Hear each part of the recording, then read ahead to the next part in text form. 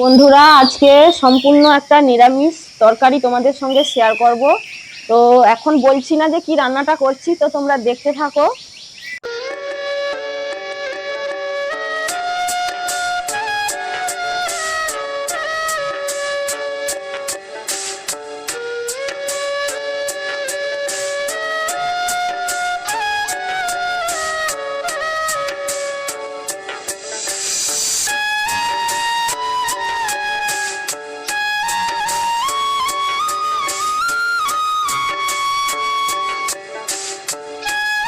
পরিমাণ মতন তেল দিলাম, তার উপরে বেগুনটা দিলাম,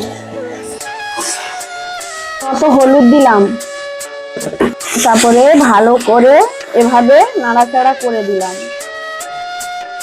এইভাবে নাড়তে নাড়তে পুরো ভাজা হয়ে যাবে। দেখো বন্ধুরা, বেগুনটা এবারে ভাজা হয়ে গেছে। এবারে আস্তে আস্তে করে এগুলোকে নামিয়ে নিব। কড়াইতে আবারও তেল দিয়ে দিয়েছি, বড়িটা দিয়ে দিলাম। এবারে বড়িটা ভাজা হয়ে গেছে, আস্তে আস্তে করে এভাবে তুলে নিব। অল্প পরিমাণ 5 ফোড়ন দিয়ে দিলাম, তার উপরে আলুটাকে এভাবে দিয়ে দিব। অল্প পরিমাণ হলুদ, পরিমাণ লবণ, এভাবে নাড়াচাড়া করব। আলুটার উপরে টমেটো দিয়ে দিয়েছি, দিয়ে নাড়াচাড়া করছি। একটু সময় ঢাকিয়ে রাখবো। এবারে আলুটা ভাজা হয়ে গেছে, এর উপরে আগে থেকে বেটে রাখা আদা আর জিরার বাটা দিয়ে এইভাবে একবার নাড়িয়ে দিব। আর উপরে পরিমাণ মতো কাশ্মীরি লঙ্কার গুঁড়ো।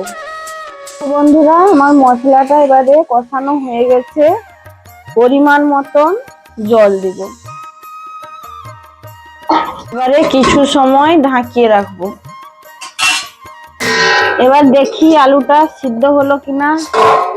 আলুটা সিদ্ধ হয়ে গেছে, তার উপরে বেগুন আর বড়িটা দিয়ে দিলাম। আবার কিছু সময় ঢাকিয়ে দিলাম। এইবারে আমাদের নিরামিষ বেগুন বড়ির ঝোল রেডি। তোমরাও ট্রাই করবে, এই শীতের সময় বেগুন বড়ির ঝোল খুব দুর্দান্ত লাগে।